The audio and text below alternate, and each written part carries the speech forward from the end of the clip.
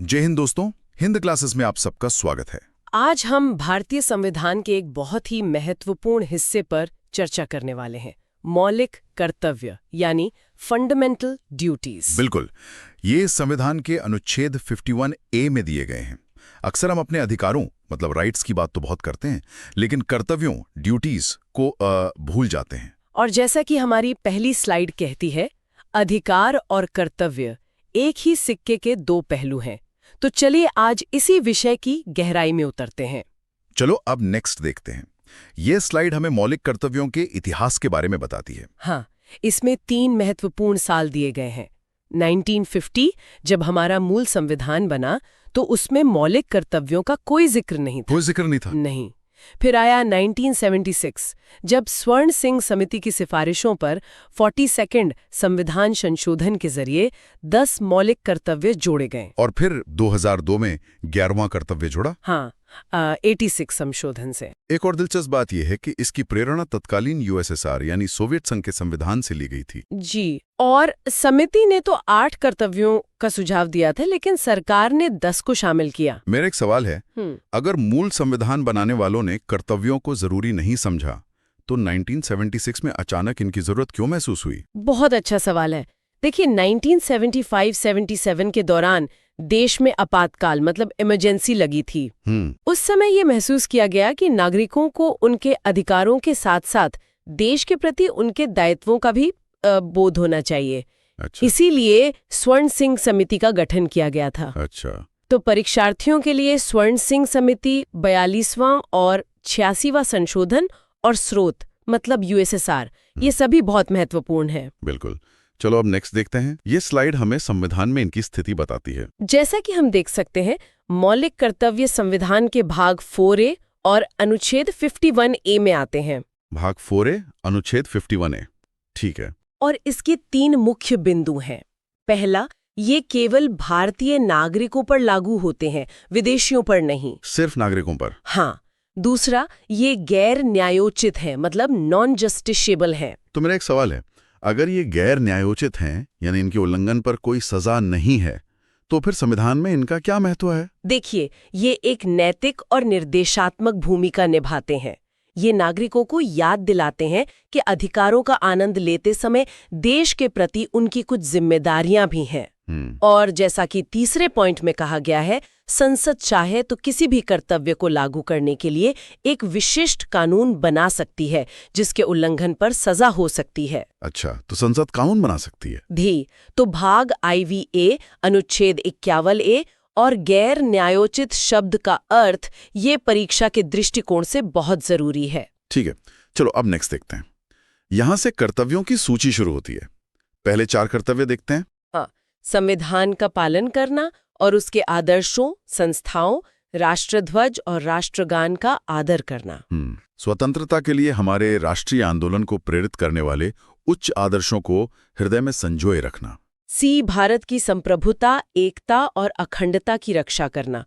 और D, देश की रक्षा करना और आवाहन किए जाने पर राष्ट्र की सेवा करना। इसमें जो दूसरा कर्तव्य है, उच्च आदर्शों को हृदय में संजोए रखना, ये आदर्श तो कई हो सकते हैं, जैसे सत्य और अहिंसा या फिर क्रांतिकारी राष्ट्रवाद। सही बात है। तो यहाँ किन आदर्शों की बात हो रही है? इसकी कोई स्पष्ट परिभाषा है क्या? नहीं, संविधान में इसकी कोई स्पष्ट परिभाषा नहीं दी गई है। ये एक व्यापक शब्द है जिसमें स्वतंत्रता संग्राम के सभी सकारात्मक और प्रेरणादायक विचार शामिल हैं। अच्छा।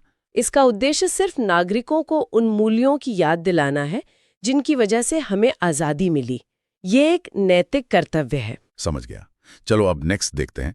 अगले 3 कर्तव्य सामाजिक और सांस्कृतिक मूल्यों से जुड़े हैं। हाँ, समरसता और समान भ्रातृत्व की भावना का निर्माण करना और स्त्रियों के सम्मान के विरुद्ध प्रथाओं का त्याग करना। हमारी सामाजिक संस्कृति की गौरवशाली परंपरा का महत्व समझना और उसका परिरक्षण करना। और जी, प्राकृतिक पर्यावरण की रक्षा करना और प्राणी मात्र के प्रति दया भाव रखना। मेरा एक सवाल है, कर्तव्य F में सामाजिक संस्कृति या कॉम्पोजिट कल्चर का क्या अर्थ है? सामाजिक संस्कृति का मतलब है भारत की मिलीजुली संस्कृति। मिलीजुली संस्कृति। हाँ, भारत में सदियों से विभिन्न धर्मों, भाषाओं और परंपराओं के लोग एक साथ रहते आए हैं। इन सब के मेल से जो एक अनूठी और विविध संस्कृति बनी है वही हमारी सामाजिक संस्कृति है। अच्छा, ये कर्तव्य हमें इसी विविधता का सम्मान और संरक्षण करने के लिए कहता है। ठीक है, चलो अब नेक्स्ट देखते हैं। ये सूची के अंतिम कर्तव्य हैं। एच, वैज्ञानिक दृष्टिकोण मतलब साइंटिफिक टेम्पर, मानववाद और सुधार की भावना का विकास करना। आई, सार्वजनिक संपत्ति को सुरक्षित रखना और हिंसा से दूर रहना। जे, सभी क्षेत्रों में उत्कर्ष यानी एक्सीलेंस की ओर बढ़ने का सतत प्रयास करना। और सबसे आखिर में के, 6 से 14 वर्ष तक के बच्चों को शिक्षा के अवसर प्रदान करना। ये माता-पिता या संरक्षक का कर्तव्य है। इसमें जो 11वां कर्तव्य है वो बाकियों से अलग लगता है ना? हाँ, ये बहुत विशिष्ट है और एक खास समूह पर लागू होता है। इसे बाद में क्यों जोड़ा गया? बिल्कुल सही।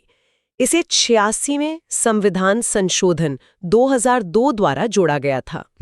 ऐसा इसलिए किया गया ताकि शिक्षा के अधिकार को जमीनी स्तर पर मजबूत किया जा सके। ये सिर्फ सरकार का ही नहीं बल्कि अभिभावकों का भी कर्तव्य बनाता है कि वे अपने बच्चों को स्कूल भेजें। अच्छा। और परीक्षा के लिए 11वां कर्तव्य और 86वां संशोधन अत्यंत महत्वपूर्ण है। चलो अब नेक्स्ट देखते हैं।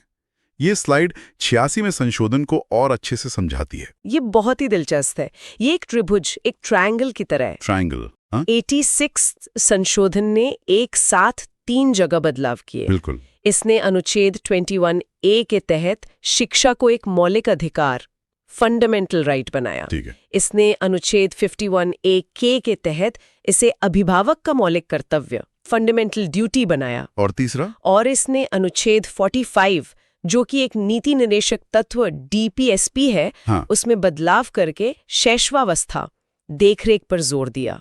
तो क्या मैं ये सही समझ रहा हूँ कि इस एक संशोधन ने बच्चे को शिक्षा का अधिकार दिया, हाँ, राज्य को उसे पूरा करने का निर्देश दिया जी, और माता-पिता पर उसे स्कूल भेजने का कर्तव्य डाला? आपने बिल्कुल सही समझा। ये शिक्षा के अधिकार, राइट टू एजुकेशन के पूरे ढांचे को मजबूत करने के लिए एक समग्र दृष्टिकोण था। ये बहुत जरूरी पॉइंट है। अनुच्छेद 21A, 45 और 51A के बीच का ये संबंध समझना बहुत जरूरी है। बिल्कुल। चलो अब नेक्स्ट देखते हैं। यस। ये स्लाइड इन कर्तव्यों की विशेषताओं का एक सारांश है। ये 4 मुख्य विशेषताएं बताती हैं। पहला, ये नैतिक और नागरिक दोनों तरह के कर्तव्य हैं। हाँ, जैसे स्वतंत्रता के आदर्शों का सम्मान नैतिक है तो राष्ट्रध्वज का सम्मान नागरिक कर्तव्य है। दूसरा, ये केवल नागरिकों के लिए हैं। तीसरा, ये गैर न्यायोचित है। और चौथा, संसद इन्हें लागू करने के लिए कानून बना सकती है। ये पॉइंट्स पहले भी आए हैं लेकिन यहाँ एक साथ दिए गए हैं। मेरा सवाल है, क्या गैर न्यायोचित होने का मतलब ये है कि अदालतें इन कर्तव्यों का संज्ञान बिल्कुल नहीं ले सकती? सीधे तौर पर उल्लंघन के लिए सजा नहीं दे सकती, लेकिन अदालतें किसी कानून की संवैधानिकता की जांच करते समय इन कर्तव्यों को ध्यान में रख सकती हैं। यदि कोई कानून इन कर्तव्यों में से किसी को बढ़ावा देने के लिए बनाया गया है तो अदालत उसे वैध ठहरा सकती है। अच्छा, तो ये परोक्ष रूप से महत्व रखते हैं। जी। चलो अब नेक्स्ट देखते हैं। यह स्लाइड अधिकारों और कर्तव्यों के बीच का अंतर बहुत साफ तरीके से बताती है। बिल्कुल। मौलिक अधिकार भाग 3 में है जबकि कर्तव्य भाग 4A में। अधिकार न्यायोचित हैं, कर्तव्य गैर न्यायोचित। अधिकार नागरिकों और विदेशियों दोनों के लिए है, कुछ अपवादों के साथ, जबकि कर्तव्य केवल नागरिकों के लिए है। और सबसे महत्वपूर्ण, अधिकार दावे हैं जो हम राज्य से करते हैं। हाँ, क्लेम्स, जबकि कर्तव्य दायित्व है, ऑब्लिगेशंस, जो हम देश के प्रति निभाते हैं। तो अगर अधिकार दावे हैं और कर्तव्य दायित्व, तो क्या इसका मतलब ये है कि अगर कोई नागरिक अपने दायित्व पूरे नहीं करता तो वो अपने दावों का हक खो देता है? सैद्धांतिक रूप से हमारे संविधान में ऐसा सीधा संबंध नहीं है। अच्छा। आप अपने कर्तव्यों का पालन न करने पर अपने मौलिक अधिकारों से वंचित नहीं किए जा सकते। लेकिन सर्वोच्च न्यायालय ने कई बार कहा है कि अधिकारों और कर्तव्यों को एक साथ देखा जाना चाहिए, वे एक दूसरे के पूरक हैं। समझ गया। चलो अब नेक्स्ट देखते हैं।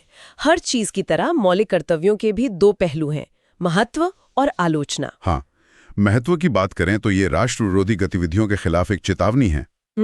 नागरिकों में अनुशासन और प्रतिबद्धता की भावना जगाते हैं और न्यायालयों को किसी कानून की वैधता तय करने में मदद करते हैं। और आलोचना की बात करें तो आलोचक कहते हैं कि इनमें महान आदर्श और वैज्ञानिक दृष्टिकोण जैसे अस्पष्ट शब्द हैं जिनकी व्याख्या करना कठिन है। ये बात तो सही है। यह सूची अपूर्ण है, इसमें मतदान और कर चुकावे जैसे महत्वपूर्ण कर्तव्य शामिल नहीं है। हाँ, ये बहुत बड़ी कमी है। और दंडात्मक नहीं होने के कारण ये केवल नैतिक उपदेश बनकर रह जाते हैं। मेरा एक सवाल है, आलोचना में कहा गया है कि सूची अपूर्ण है। क्या भविष्य में इस सूची में और कर्तव्य जोड़े जा सकते हैं? हाँ बिल्कुल, जैसे 86 में संशोधन से 11वां कर्तव्य जोड़ा गया, वैसे ही संसद संविधान में संशोधन करके और भी कर्तव्य जोड़ सकती है। चलो अब नेक्स्ट देखते हैं। यह स्लाइड दिखाती है कि कैसे कुछ कर्तव्य पहले से ही दूसरे कानूनों द्वारा लागू किए गए हैं। ये वर्मा समिति 1999 के निष्कर्षों पर आधारित है। यह बताती है कि भले ही कर्तव्य खुद में दंडात्मक न हो, लेकिन उनके पीछे कानूनी ताकत है। अच्छा, कैसे? जैसे राष्ट्रध्वज या राष्ट्रगान का सम्मान राष्ट्रीय गौरव अपमान निवारण अधिनियम 1971 के तहत आता है। सद्भाव और भाईचारे को भंग करना नागरिक अधिकार संरक्षण अधिनियम 1955 के तहत दंडनीय है। सार्वजनिक संपत्ति की रक्षा के लिए कानून है और पर्यावरण संरक्षण के लिए वन्यजीव संरक्षण अधिनियम 1972 है। तो इसका मतलब यह है कि ये कर्तव्य सिर्फ नैतिक उपदेश नहीं है, इनमें से कई के उल्लंघन पर मौजूदा कानूनों के तहत कार्यवाही हो सकती है। बिल्कुल, वर्मा समिति ने यही स्पष्ट किया था कि मौलिक कर्तव्यों को लागू करने के लिए कई कानूनी प्रावधान पहले से ही मौजूद हैं। ये तो बहुत महत्वपूर्ण जानकारी है। चलो अब नेक्स्ट देखते हैं। सर्वोच्च न्यायालय ने भी इन कर्तव्यों की व्याख्या की है। यहाँ 3 महत्वपूर्ण केस दिए गए हैं। MC मेहता केस, एम्स छात्र संघ बनाम एम्स और जावेद बनाम हरियाणा राज्य। हाँ, MC मेहता केस में कोर्ट ने कहा कि शिक्षण संस्थानों में पर्यावरण संरक्षण अनिवार्य होना चाहिए। ठीक है। एम्स छात्र संघ बनाम एम्स केस में कहा गया कि मौलिक कर्तव्य भी मौलिक अधिकारों जितने ही महत्वपूर्ण हैं। और जावेद बनाम हरियाणा राज्य केस में कहा गया कि अधिकार, कर्तव्य और नीति निर्देशक तत्वों को एक साथ पढ़ा जाना चाहिए। मेरा सवाल है, जब एम्स केस में कोर्ट ने कहा कि कर्तव्य भी अधिकारों जितने महत्वपूर्ण हैं, तो इसका व्यवहारिक मतलब क्या है? क्या इससे उनकी गैर न्यायोचित स्थिति बदल जाती है? नहीं, उनकी संवैधानिक स्थिति नहीं बदलती, लेकिन ये उनके महत्व को बढ़ाता है। अच्छा, इसका मतलब है कि जब भी अदालतें किसी मामले की सुनवाई करेंगी, खासकर मौलिक अधिकारों से जुड़े मामलों की, तो वे मौलिक कर्तव्यों को भी एक महत्वपूर्ण कारक के रूप में ध्यान में रखेंगी। यह एक संतुलन बनाने का प्रयास है। समझ गई। चलो अब अंतिम निष्कर्ष पर आते हैं। यह वेन डायग्राम पूरी चर्चा का सार है। एक तरफ अधिकार है, दूसरी तरफ कर्तव्य, और जहां ये दोनों मिलते हैं वहां एक जिम्मेदार नागरिक का निर्माण होता है। और नीचे महात्मा गांधी का एक बहुत ही सुंदर कथन है, अधिकार का सच्चा स्रोत कर्तव्य है। यदि हम अपने कर्तव्यों का पालन करें तो अधिकार हमें स्वयं मिल जाएंगे। इसका अर्थ बहुत गहरा है। अगर हर नागरिक पर्यावरण की रक्षा करने का अपना कर्तव्य निभाए तो सभी को स्वच्छ पर्यावरण का अधिकार अपने आप मिल जाएगा। सही बात है। अधिकार और कर्तव्य असल में एक दूसरे से जुड़े हुए हैं। तो आज की इस चर्चा से ये स्पष्ट है कि एक जिम्मेदार नागरिक और एक मजबूत राष्ट्र के लिए अधिकार और कर्तव्य दोनों का संतुलन बेहद जरूरी है। आखिरी स्लाइड कहती है, सफलता का मूल मंत्र है अनुशासन और निरंतरता। ये बात सिर्फ परीक्षा के लिए ही नहीं, बल्कि एक बेहतर नागरिक बनने के लिए भी लागू होती है। आशा करते हैं आपको ये चर्चा अच्छी लगी होगी, तो चैनल को लाइक करें, सब्सक्राइब करें। धन्यवाद।